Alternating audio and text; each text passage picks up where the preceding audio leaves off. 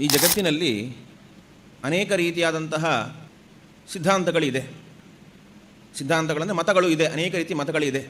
ಜೀವಬ್ರಹ್ಮರು ಐಕ್ಯ, ಜೀವಬ್ರಹ್ಮರು ಒಂದೇ ಅಂತ ಹೇಳುವಂಥ ಮತಗಳು ಇದೆ. ಜೀವರಿಗೂ ಬ್ರಹ್ಮರಿಗೂ ಭೇದ ಇದೆ ಎಂದು ಹೇಳುವಂಥ ಮತಗಳು, ಅನೇಕ ರೀತಿ ಮತಗಳಿದೆ. ಈ ಅನುವ್ಯಾಖ್ಯಾನ ಗ್ರಂಥದಲ್ಲಿ ಆಚಾರ್ಯರು ಒಂದು ಮಾತನ್ನು ಹೇಳ್ತಾರೆ, ಅನಾದಿ ಕಾಲತೋ ವೃತ್ತ ಸಮಯ ಹಿ ಪ್ರವಾಹತಃ ಅಂತ. ಈ ಎಲ್ಲ ಮತಗಳು ಕೂಡ ಯಾವುದೂ ಕೂಡ ಯಾರೊಬ್ಬ ವ್ಯಕ್ತಿಯಿಂದ ಬಂದದ್ದಲ್ಲ, ಇದು ಅನಾದಿ ಕಾಲದಿಂದ ಇದೆ. ಇಂತಹ ಮತಗಳಿಗೆ ಯಾರೂ ಸ್ಥಾಪಕರಿಲ್ಲ ಅಂತ ಹೇಳ್ತಾರೆ. ಜೀವಬ್ರಹ್ಮರಿಗೆ ಅಭೇದವನ್ನು ಹೇಳುವಂಥ ಮತಗಳು ಕೂಡ ಅದು ಅನಾದಿಯಾದದ್ದೇ. ಅದೇ ರೀತಿಯಾಗಿ ಜೀವಬ್ರಹ್ಮರಿಗೆ ಭೇದವೇ ಇದೆ, ಅಭೇದ ಇಲ್ಲ ಅಂತ ಹೇಳುವಂತಹ ನಮ್ಮ ಮಧ್ವ ಮತದ ಈ ಸಿದ್ಧಾಂತವು ಕೂಡ ಇದು ಅನಾದಿಯಾದದ್ದೇ ಅಂತ ಅನ್ನೋದನ್ನು ಆಚಾರ್ಯರು ಅದನ್ನು ಉಲ್ಲೇಖ ಮಾಡ್ತಾರೆ.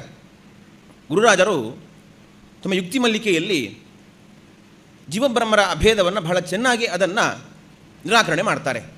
ಜೀವನನ್ನು ಎಂದಿಗೂ ನಾವು ಬ್ರಹ್ಮ ಅಂತ ಹೇಳಬಾರ್ದು, ಜೀವನು ಬ್ರಹ್ಮನು ಒಂದೇ ಆಗಲಿಕ್ಕೆ ಸಾಧ್ಯ ಇಲ್ಲ ಅಂತ ಅನ್ನುವ ಆ ಒಂದು ಪ್ರಮೇಯವನ್ನು ಅನೇಕ ದೃಷ್ಟಾಂತಗಳ ಮೂಲಕ ನಮಗೆ ತಿಳಿಸಿಕೊಡ್ತಾರೆ. ವಿಲಕ್ಷಣತಮಂ ಹೇತ ಚೈತನ್ಯ ದ್ವಿತೀಯಂ ಯದಾ ಸುರಾಣಂ ಅಭಿಹೃದ್ಯಸ್ತಿ ನರಾಣಂ ಹೃದಿಕಾ ಕಥಾ ಅಂತ ರಾಜರು ತಲಭಾಕಾರ ಉಪನಿಷತ್ತಿನ ಒಂದು ಆ ಒಂದು ಕಥೆಯನ್ನು ಉಲ್ಲೇಖಿಸಿ ಪ್ರಮೇಯವನ್ನು ತಿಳಿಸಿಕೊಡ್ತಾ ಇದ್ದಾರೆ. ದೇವತೆಗಳ ಹೃದಯದಲ್ಲಿಯೂ ಕೂಡ ಎರಡು ರೀತಿಯ ಚೈತನ್ಯ ಇದೆ, ಜೀವಾತ್ಮ ಹಾಗೂ ಪರಮಾತ್ಮ ಹೇಳುವಂಥ ಚೈತನ್ಯ ಇದೆ ಅಂತ ಅಂದಮೇಲೆ ಇನ್ನು ಸಾಮಾನ್ಯ ಮನುಷ್ಯರ ಹೃದಯದಲ್ಲಿ ಎರಡು ಬಗೆಯ ಚೈತನ್ಯ ಜೀವಾತ್ಮ ಪರಮಾತ್ಮ ಇದ್ದಾನಂತ ಇನ್ನೇನು ಹೇಳಬೇಕು ಅಂತ ಒಂದು ಕಥೆಯನ್ನು ಉಲ್ಲೇಖ ಮಾಡ್ತಾರೆ. ಈ ಎಲ್ಲ ದೇವತೆಗಳು ನಾನೇ ಶ್ರೇಷ್ಠ, ನಾನೇ ಸ್ವತಂತ್ರ, ನನ್ನಲ್ಲಿ ಎಲ್ಲ ರೀತಿಯ ಶಕ್ತಿ ಸಾಮರ್ಥ್ಯಗಳು ಉಂಟು ಅಂತ ಹೇಳ್ತಾ ಇದ್ದರಂತೆ. ಅಗ್ನಿದೇವ ಹೇಳಿದಂತೆ ನನ್ನಲ್ಲಿ ಜಗತ್ತನ್ನೇ ಸುಡುವಂತಹ ದಾಹಶಕ್ತಿ ಇದೆ ಅಂತ ಹೇಳಿದಂತೆ. ವಾಯುದೇವ ಹೇಳಿದಂತೆ ನಾನು ಈ ಒಂದು ಜಗತ್ತನ್ನೇ ಬೀಳಿಸುವಂತಹ ಶಕ್ತಿ ನನ್ನಲ್ಲಿ ಇದೆ ಅಂತ ಎಲ್ಲ ದೇವತೆಗಳು ಹೇಳಿದಾಗ ಭಗವಂತ ಇವರೆಲ್ಲರ ಗರ್ವವನ್ನು ಪರಿಹಾರ ಮಾಡಬೇಕು ಅಂತ ಹೇಳಿ ಯಕ್ಷರೂಪದಿಂದ ಬಂದ. ಈ ಜಗತ್ತನ್ನೇ ಸುಡಬಲ್ಲೇ ಹೇಳುವಂತಹ ಅಗ್ನಿಯ ಮುಂದೆ ಒಂದು ಹುಲ್ಲು ಕಡ್ಡಿಯನ್ನು ಇಟ್ಟಂತೆ. ಈ ಹುಲ್ಲು ಕಡ್ಡಿಯನ್ನು ಸುಡು ಅಂತ ಹೇಳಿದಂತೆ. ಆ ಜಗತ್ತನ್ನೇ ಸುಡಬಲ್ಲೆ ಅಂತ ಹೇಳುವಂತಹ ಅಗ್ನಿದೇವನಿಗೆ ಯಕ್ಷರೂಪದಿಂದ ಬಂದಂತಹ ಭಗವಂತ ಇಟ್ಟಂಥ ಒಂದು ಹುಲ್ಲು ಕಡ್ಡಿನ ಸುಡ್ಲಿಕ್ಕಾಗಲಿಲ್ಲಂತೆ. ತೇನ ವಿನಾ ತೃಣಮಪಿ ನಚಲತಿ ಅಂತ ಹೇಳುವಂಥ ಮಾತು ಇದು ಅಕ್ಷರಶಃ ಸತ್ಯ. ಭಗವಂತನ ಅನುಗ್ರಹ ಇಲ್ಲದೇನೆ ಒಂದು ಹುಲ್ಲು ಕಡ್ಡಿಯೂ ಅಲ್ಲಾಡಲಿಕ್ಕೆ ಆಗುವುದಿಲ್ಲ ಅಂದಮೇಲೆ ಈ ಅಗ್ನಿದೇವನಿಗೆ ಈ ಹುಲ್ಲು ಕಡ್ಡಿನ ಸುಡಲಿಕ್ಕೆ ಸಾಧ್ಯವಾ? ಅಗ್ನಿದೇವನಿಗೆ ಸ್ಪಷ್ಟ ಆಯಿತು, ನನ್ನನ್ನು ಮೀರಿಸಿದ ಒಬ್ಬ ಸ್ವತಂತ್ರವಾದ ವ್ಯಕ್ತಿಯೊಬ್ಬ ಇದ್ದಾನೆ ಅಂತ. ಇಷ್ಟೆಲ್ಲ ಆದ ಮೇಲೆ ಕೊನೆಯಲ್ಲಿ ಇಂದ್ರ ಬಂದ. ಇಂದ್ರ ಬಂದ ಮೇಲೆ ಏನು ಮಾಡಿದೆ? ಇಂದ್ರ ವಾಪಸ್ಸು ಭಗವಂತನ ಯಕ್ಷನನ್ನೇ ಕೇಳಿದ, ನೀನು ಯಾರು ಅಂತ ಕೇಳಿದ. ಆವಾಗ ಇಂದ್ರನ ಗುರುಸ್ಥಾನದಲ್ಲಿರುವಂಥ ಪಾರ್ವತೀ ದೇವಿ ಬಂದು ಉಪದೇಶವನ್ನು ಮಾಡ್ತಾಳೆ. ಬಂದವನು ಸಾಮಾನ್ಯ ವ್ಯಕ್ತಿಯಲ್ಲ, ಅದು ಅವನು ಭಗವಂತನೇ ಆಗಿದ್ದಾನೆ ಅಂತ ಈ ಜೀವಾತ್ಮ ಹಾಗೂ ಪರಮಾತ್ಮರು ಇಬ್ಬರು ಇದ್ದಾರೆ ಹೃದಯದೊಳಗೆ ಅನ್ನುವಂತಹ ಈ ಉಪದೇಶವನ್ನು ಪಾರ್ವತೀ ದೇವಿ ಇಂದ್ರನಿಗೆ ಮಾಡ್ತಾಳೆ.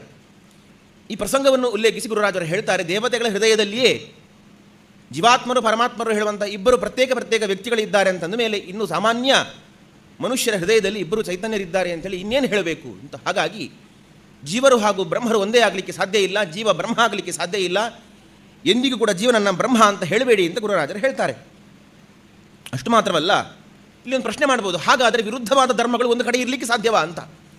ಜೀವ ಅಸ್ವತಂತ್ರ, ಬ್ರಹ್ಮ ಸ್ವತಂತ್ರ, ಈ ಸ್ವತಂತ್ರಗಳು ಒಂದು ಕಡೆ ಇರಲಿಕ್ಕೆ ಸಾಧ್ಯವಾ ಅಂತ ಹೇಳಿದರೆ ಅದಕ್ಕೆ ರಾಜರು ಒಂದು ದೃಷ್ಟಾಂತವನ್ನು ತೋರಿಸಿಕೊಡ್ತಾರೆ.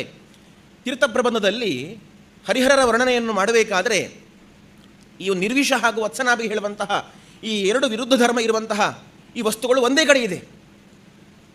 ನಿರ್ವಿಷ ಅಂದರೆ ಆ ವಿಷವನ್ನು ಪರಿಹರಿಸುವಂಥ ಒಂದು ಮೂಲಿಕೆ, ವತ್ಸನಾಭಿ ಅಂತ ಹೇಳಿದರೆ ವಿಷಪೂರಿತವಾದಂಥ ಮೂಲಿಕೆ. ಈ ಎರಡೂ ಮೂಲಿಕೆಗಳು ಒಂದು ತುದಿ ಅದು ವಿಷವನ್ನು ಪರಿಹರಿಸಿದರೆ ಇನ್ನೊಂದು ತುದಿ ಅದು ವಿಷವನ್ನೇ ಕೊಡುತ್ತೆ. ಹಾಗಾಗಿ ಈ ವಿರುದ್ಧ ಧರ್ಮಗಳು ಒಂದು ಕಡೆಯಲ್ಲಿ ಇರಲಿಕ್ಕೆ ಸಾಧ್ಯ ಉಂಟು ಅಂತೇಳಿ ಪ್ರಕೃತಿಯಲ್ಲಿ ತೋರಿಸಿಕೊಡ್ತಾ ಇದ್ದಾರೆ. ಅದೇ ರೀತಿಯಾಗಿ ಮನುಷ್ಯನ ಶರೀರದ ಒಳಗೂ ಕೂಡ ಜೀವಾತ್ಮ ಪರಮಾತ್ಮ ಸ್ವತಂತ್ರನಾದಂತಹ ಜೀವ ಹಾಗೂ ಸರ್ವಸ್ವತಂತ್ರನಾದಂಥ ಪರಮಾತ್ಮ ಹೃದಯದೊಳಗೆ ಇರಲಿಕ್ಕೆ ಸಾಧ್ಯ ಅನ್ನೋದನ್ನು ತೋರಿಸಿಕೊಡ್ತಾರೆ. ಅಷ್ಟು ಮಾತ್ರವಲ್ಲ, ಈ ರೀತಿ ಐಕ್ಯ ಚಿಂತನೆಯನ್ನು ಮಾಡಿದರೆ, ಜೀವಾತ್ಮ ಪರಮಾತ್ಮ ಒಬ್ಬನೇ ಅಂತ ಐಕ್ಯ ಚಿಂತನೆ ಮಾಡಿದರೆ ಬಹಳ ಅನರ್ಥ ಉಂಟು ಅಂತ ಹೇಳ್ತಾರೆ. ನಚ ರಮಂತ್ಯಹೋ ಅಸದುಪಾಸನೆಯ ಆತ್ಮಹನಃ ಅಂತ ಒಂದು ಮಾತು. ಈ ರೀತಿ ಅಸದುಪಾಸನೆ, ಜೀವನನೇ ಬ್ರಹ್ಮ ಅಂತ ಉಪಾಸನೆ ಮಾಡುವುದು ಇದು ಅಸತ್ತುಪಾಸನೆ, ಇದು ಕೆಟ್ಟ ಉಪಾಸನೆ. ಒಂದು ವೇಳೆ ಈ ರೀತಿಯಾಗಿ ನಾವು ಉಪಾಸನೆ ಮಾಡಿದರೆ ಭಗವಂತನನ್ನೇ ಆ ಹತ್ಯೆ ಮಾಡಿದಂಥ ಪಾಪ ಬರುತ್ತೆ ಅಂತ ಹೇಳ್ತಾರೆ. ಕೃಷ್ಣನ ಕಥೆಯಲ್ಲಿ ಒಂದು ಪ್ರಸಂಗವನ್ನು ಉಲ್ಲೇಖಿಸ್ತಾರೆ ರಾಜರು. ಕಾಲಯವನ ಕೃಷ್ಣನನ್ನು ಸಾಯಿಸಬೇಕು ಅಂತ ಹೇಳಿ ಕೃಷ್ಣನನ್ನು ಅಟ್ಟಿಸಿಕೊಂಡು ಹೋಗ್ತಾ ಇದ್ದ. ಕೃಷ್ಣನು ಕೂಡ ಓಡಿಕೊಂಡು ಹೋಗಿ ಮುಚುಕುಂದ ರಾಜ ನಿದ್ರೆಯನ್ನು ಮಾಡ್ತಾ ಇದ್ದ ಒಂದು ಗುಹೆಯಲ್ಲಿ ಆ ಗುಹೆಯನ್ನು ಪ್ರವೇಶ ಮಾಡ್ತಾನೆ. ಗುಹೆಯನ್ನು ಪ್ರವೇಶಿಸಿ ಕೃಷ್ಣದೇವರು ಏನು ಮಾಡ್ತಾರೆ, ತನ್ನ ಮೈ ಮೇಲಿರುವಂತಹ ಆಭರಣವನ್ನು, ತನ್ನ ವಸ್ತ್ರವನ್ನೆಲ್ಲವನ್ನು ಕೂಡ ಗುಹೆಯಲ್ಲಿ ಮಲಗಿರುವಂತಹ ಮುಚುಕುಂದ ರಾಜನ ಮೇಲೆ ಹೊದಿಸಿ ಬಿಡ್ತಾರೆ. ಕೃಷ್ಣನನ್ನು ಅಟ್ಟಿಸಿಕೊಂಡು ಬಂದಂತಹ ಕಾಲಯವನ ಗುಹೆಯನ್ನು ಪ್ರವೇಶ ಮಾಡ್ತಾನೆ. ಮಲಗಿದ್ದಂತಹ ಮುಚುಕುಂದ ರಾಜನನ್ನು ನೋಡ್ತಾನೆ. ಓಹೋ, ಇವನು ಕೃಷ್ಣನೇ ಇರಬೇಕು, ನನಗೆ ಹೆದರಿ ಇಲ್ಲಿ ಅಡಗಿ ಕುಳಿತುಕೊಂಡಿದ್ದಾನೆ ಅಂತ ಹೇಳಿ ಭ್ರಮಿಸಿ ಅವನನ್ನು ಕಾಲಲ್ಲಿ ಒದಿತಾನೆ. ಒದ್ದ ಪರಿಣಾಮವಾಗಿ ಮುಚುಕುಂದ ರಾಜನಿಗೆ ಒಂದು ವರ ಇತ್ತು, ಯಾರು ನನ್ನ ನಿದ್ದೆಯಿಂದ ಎಬ್ಬಿಸ್ತಾರೋ ಅವರು ಸುಟ್ಟು ಬೂದಿಯಾಗಿ ಹೋಗಬೇಕು ಅಂತೇಳಿ ಈ ವರದ ಪ್ರಭಾವದಿಂದ ಕಾಲಯವನ ಸುಟ್ಟು ಭಸ್ಮ ಆಗಿ ಹೋದ. ರಾಜರು ಇಲ್ಲೊಂದು ವಿಶೇಷವಾದ ಅಂಶವನ್ನು ಹೇಳ್ತಾರೆ. ಕಾಲಯವನ ಯಾಕೆ ಸತ್ತ? ದೇವತೆಗಳ ವರಪ್ರಭಾವ ಒಂದು ಅಂತಾದರೆ ಅವನು ಜೀವನನ್ನು ಬ್ರಹ್ಮ ಅಂತ ಹೇಳಿ ತಿಳಿದ ಪರಿಣಾಮವಾಗಿ ಅವನು ಸತ್ತ ಅಂತ ಹೇಳ್ತಾರೆ. ಮುಚುಕುಂದ ರಾಜ ಒಬ್ಬ ಜೀವ ಅಂತ ಇಟ್ಟುಕೊಂಡ್ರೆ ಈ ಮುಚುಕುಂದನನ್ನೇ ಕೃಷ್ಣ ಅಂತ ಅಂದುಕೊಂಡ. ಮುಚುಕುಂದನನ್ನು ಕೃಷ್ಣ ಅಂತ ಭ್ರಮಿಸಿದ ಪರಿಣಾಮವಾಗಿ ಮುಚುಕುಂದ ಅವನು ಮೃತ್ಯುವನ್ನು ಹೊಂದಿದ ಅಂತ ರಾಜರು ಚಮತ್ಕಾರವಾಗಿ ಈ ಮಧ್ವಮತದ ಈ ಸಿದ್ಧಾಂತದ ವೈಶಿಷ್ಟ್ಯವನ್ನು ತೋರಿಸಿಕೊಡ್ತಾ ಇದ್ದಾರೆ ಒಂದು ಕಥೆಯ ಮೂಲಕ. ಹಾಗಾಗಿ ಜೀವಬ್ರಹ್ಮರ ಐಕ್ಯವನ್ನು ತಿಳಿದರೆ ಇದರಿಂದ ನಮಗೆ ಶ್ರೇಯಸ್ಸಲ್ಲ, ಅದಕ್ಕೆ ಹೊರತು ಅಧಪ್ಪತನವೇ ಇದು ನಿಶ್ಚಿತವಾಗಿದೆ ಅಂತ ಅನೇಕ ಪ್ರಸಂಗಗಳ ಮೂಲಕ ತಿಳಿಸಿಕೊಡ್ತಾರೆ. ಅಷ್ಟು ಮಾತ್ರವಲ್ಲ, ಶುಕಾಚಾರ್ಯರು ಭಾಗವತ ಪಂಚಮಸ್ಕಂದದಲ್ಲಿ ಭೂಗೋಳ ವರ್ಣನೆ ಮಾಡಬೇಕಾದ್ರೆ ಒಂದು ಮಾತನ್ನು ಹೇಳ್ತಾರೆ. ಈಶ್ವರೋಹಂ ಇತಿ ಬ್ರೂಯುಹು ಮದಿರಾ ಮತ್ತವೃತ್ತಯ ಅಂತ. ನಾನೇ ಈಶ್ವರ ಅಂತ ಯಾರು ಹೇಳ್ತಾರೋ ಈ ರೀತಿಯ ಪ್ರವೃತ್ತಿ ಇದು ಯಾರು ಮದಿರೆಯನ್ನು ಸುರಾಪಾನವನ್ನು ಮಾಡಿದಾರೋ ಅವರ ಸ್ವಭಾವ ಇದು ಅಂತ. ಸಾಮಾನ್ಯವಾಗಿ ಯಾರಾದರೂ ರಾತ್ರಿ ಹೊತ್ತು ಈ ಒಂದು ಸುರಾಪಾನ ಮಾಡಿದವರನ್ನು ಗಮನಿಸಿ, ನಾನೇ ಇಂದ್ರ, ನಾನೇ ಚಂದ್ರ ಅಂತ ಹೇಳ್ಕೊಳ್ತಾರೆ, ನಾನೇ ದೇವರು ಅಂತ ಹೇಳ್ಕೊಳ್ತಾರೆ. ಇದೆಲ್ಲ ಅಂಥವರ ಸ್ವಭಾವ ಅಂತ ಹೇಳಿದವರು ಯಾರು? ಶುಕಾಚಾರ್ಯರು ಹೇಳಿದ್ದಾರೆ ಅಂತ ರಾಜರು ಅದನ್ನು ಉಲ್ಲೇಖ ಮಾಡ್ತಾರೆ. ಶುಕಾಚಾರ್ಯ ಭಾಗವತದಲ್ಲಿ ಹೇಳಿದ್ದಾರೆ ಅಂತ. ಹಾಗಾಗಿ ಇಂತಹ ಈ ಅಪಸವ್ಯದ ಈ ಒಂದು ಅನುಸಂಧಾನಗಳನ್ನು ಜೀವನದಲ್ಲಿ ಮಾಡಿಕೊಳ್ಳಬೇಡಿ. ಇಂದಿಗೂ ರಾಜ ಸೇವಕ ಆಗಲಿಕ್ಕೆ ಸಾಧ್ಯ ಇಲ್ಲ, ಸೇವಕನಾದವನು ರಾಜನಾಗಲಿಕ್ಕೆ ಸಾಧ್ಯ ಇಲ್ಲ. ಒಬ್ಬ ರಾಜ ಇದ್ದಂತೆ, ಕಾಡಿಗೆ ಬೇಟೆ ಆಡಲಿಕ್ಕೆ ಅಂತ ಹೋದ. ಬೇಟೆ ಆಡಲಿಕ್ಕೆ ಹೋದ ಸಂದರ್ಭದಲ್ಲಿ ಅಲ್ಲಿದ್ದಂಥ ಕಾಡು ಜನರು ಅವನನ್ನು ಬಂಧಿಸಿದರು. ಬಂಧನಕ್ಕೊಳಗಾದ ರಾಜನಿಗೆ ಅವರಿಂದ ಬಿಡಿಸಿಕೊಳ್ಳಿಕ್ಕೆ ಆಗಲಿಲ್ಲ. ಕೊನೆಯಲ್ಲಿ ಏನಾಯಿತು, ರಾಜ ಆ ಕಾಡು ಮನುಷ್ಯರಿಗೆ ಸೇವಕನಾಗುವಂಥ ಪ್ರಸಂಗ ಒದಗಿ ಬಂತು. ಎಲ್ಲಿಯವರೆಗೆ ಹೇಳಿದರೆ ರಾಜನಿಗೆ ಆ ಕಾಡು ಮನುಷ್ಯರ ಜೊತೆಯಲ್ಲಿದ್ದು ಅವರ ಸೇವಾ ಕಾರ್ಯವನ್ನು ಮಾಡಿಕೊಂಡು ತಾನೊಬ್ಬ ಸೇವಕ ಅಂತ ಅಂದುಕೊಂಡು ಬಿಟ್ಟ. ಇತ್ತ ರಾಜ್ಯದಲ್ಲಿ ರಾಜನೇ ಇಲ್ಲ. ರಾಜನನ್ನು ಹುಡುಕಿಕೊಂಡು ಮಂತ್ರಿಗಳು ಅವರ ಸೈನ್ಯವನ್ನು ಕಳುಹಿಸಿಕೊಟ್ಟರು. ಹುಡುಕಿಕೊಂಡು ಬಂದಾಗ ಈ ರಾಜ ಕಾಡು ಮನುಷ್ಯರ ಗುಂಪಿನಲ್ಲಿ ಸಿಗ್ತಾನೆ. ಓಹೋ, ನಮ್ಮ ರಾಜರು ಇಲ್ಲೇ ಇದ್ದಾರೆ ಅಂತೇಳಿ ಹೋಗಿ ಹೇಳ್ತಾ ಮಹಾರಾಜರೇ ಅಂತ ಕರೀತಾರೆ. ಆವಾಗ ಆ ವ್ಯಕ್ತಿ ಹೇಳ್ತಾನೆ, ನಾನು ರಾಜಲ್ಲಪ್ಪ, ನಾನು ಸೇವಕ ಅಂತ ಹೇಳ್ತಾನೆ. ಅವನಿಗೆ ಆ ಕಾಡು ಮನುಷ್ಯರ ಗುಂಪಲ್ಲಿ ಇದ್ದು ತಾನೊಬ್ಬ ರಾಜ ಅನ್ನೋದೇ ಮರೆತು ಹೋಗಿ ಅವನು ಸೇವಕ ಅಂತ ಅಂದುಕೊಂಡು ಬಿಟ್ಟಿದ್ದಾನೆ. ಅವಾಗ ಮಂತ್ರಿ ಹೇಳ್ತಾನೆ, ಇಲ್ಲ ನೀನು ರಾಜ ಆಗಿದ್ದಿ, ಇಲ್ಲಿಗೆ ಬಂದಿಗೆ ಸೇವಕನಾಗಿ ಬಿಟ್ಟಿದೆಯಾ ಅಂತೇಳಿ ಹೇಳಿ ಅವನನ್ನು ಮತ್ತೆ ಕರೆದುಕೊಂಡು ಹೋಗಿ ಅವನ ರಾಜನನ್ನಾಗಿ ಮಾಡ್ತಾರೆ. ಅಂದರೆ ಲೋಕದಲ್ಲಿ ಒಬ್ಬ ರಾಜ ಸೇವಕನಾಗುವ ಸಾಧ್ಯತೆಗಳುಂಟು, ಈ ಒಬ್ಬ ಸೇವಕ ಒಬ್ಬ ರಾಜನಾಗುವ ಸಾಧ್ಯತೆಗಳುಂಟು. ಆದರೆ ಎಂದಿಗೂ ಕೂಡ ಜೀವ ಬ್ರಹ್ಮನಾಗಲಿಕ್ಕೆ ಸಾಧ್ಯ ಇಲ್ಲ ಅಂತ ರಾಜರು ಅನೇಕ ದೃಷ್ಟಾಂತಗಳ ಮೂಲಕ ತೋರಿಸಿಕೊಡ್ತಾರೆ. ಉದಾಹರಣೆಗೆ ಹೇಳುವುದಾದರೆ, ಈ ನೀರಿನಲ್ಲಿ ಸೂರ್ಯನ ಪ್ರತಿಬಿಂಬ ಬೀಳ್ತದೆ. ಈ ಪ್ರತಿಬಿಂಬ ನೋಡಲಿಕ್ಕೆ ಸೂರ್ಯನ ಹಾಗೇ ಕಾಣುತ್ತೆ. ಸೂರ್ಯನ ಹಾಗೆ ಕಾಣುತ್ತೆ ಅಂದ ಮಾತ್ರಕ್ಕೆ ಅದು ಸೂರ್ಯನಲ್ಲಿರುವಂಥ ಎಲ್ಲ ಶಕ್ತಿಯನ್ನು ಪ್ರತಿಬಿಂಬ ಹೊಂದಲಿಲ್ಲ. ಆ ಒಂದು ಸೂರ್ಯನಲ್ಲಿರುವಂಥ ಪ್ರಕಾಶವನ್ನು ಕೊಡುವ ಶಕ್ತಿ ಪ್ರತಿಬಿಂಬದಲ್ಲಿ ಇಲ್ಲ. ಶಾಖದ ಶಕ್ತಿ ಪ್ರತಿಬಿಂಬದಲ್ಲಿ ಇಲ್ಲ.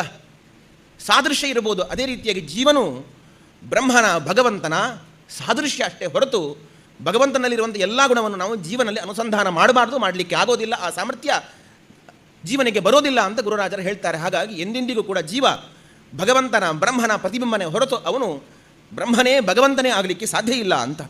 ಈಗ ನಾವೆಲ್ಲ ಜೀವರಾಶಿಗಳು ನಾವೆಲ್ಲ ಕೂಡ ಬಹಳ ಅಲ್ಪರು. ಭಗವಂತ ಹಾಗಲ್ಲ, ಅವನು ಸರ್ವಸ್ವತಂತ್ರ. ಎಂದಿಗೂ ಕೂಡ ಸರ್ವಸ್ವತಂತ್ರನಾದಂತಹ ಭಗವಂತನ ಜೊತೆಯಲ್ಲಿ ಅಲ್ಪರಾದಂತಹ ಜೀವರ ಐಕ್ಯವನ್ನು, ಜೀವರ ಸಂಬಂಧವನ್ನು, ಈ ಏಕತೆಯನ್ನು ಹೇಳಲಿಕ್ಕೆ ಸಾಧ್ಯ ಇಲ್ಲ. ಒಬ್ಬ ವ್ಯಕ್ತಿ ಇದ್ದ, ಅವನು ಅಹಂ ಬ್ರಹ್ಮಾಸ್ಮಿ ಅಂತ ಅನೇಕ ರೀತಿಯ ಪ್ರವಚನವನ್ನು ಕೇಳ್ತಾ ಇದ್ದ. ಈ ಪ್ರವಚನವನ್ನು ಕೇಳಿ ಕೇಳಿ ಕೇಳಿ ನಾನೇ ಬ್ರಹ್ಮ ಅಂತ ಅವನಿಗೆ ಅನುಸಂಧಾನ ಮಾಡಿಕೊಂಡ. ಮನೆಗೆ ಹೋಗಿ ಹೆಂಡತಿ ಮುಂದೆ ಹೇಳಿಕೊಂಡ, ನಾನೇ ಬ್ರಹ್ಮ, ನಮ್ಮ ಉಪನ್ಯಾಸಕಾರರು ಹೇಳಿದ್ದಾರೆ ನಾನೇ ಬ್ರಹ್ಮ, ಅಹಂ ಬ್ರಹ್ಮಾಸ್ಮಿ ಅಂತ ಹೇಳಿದ.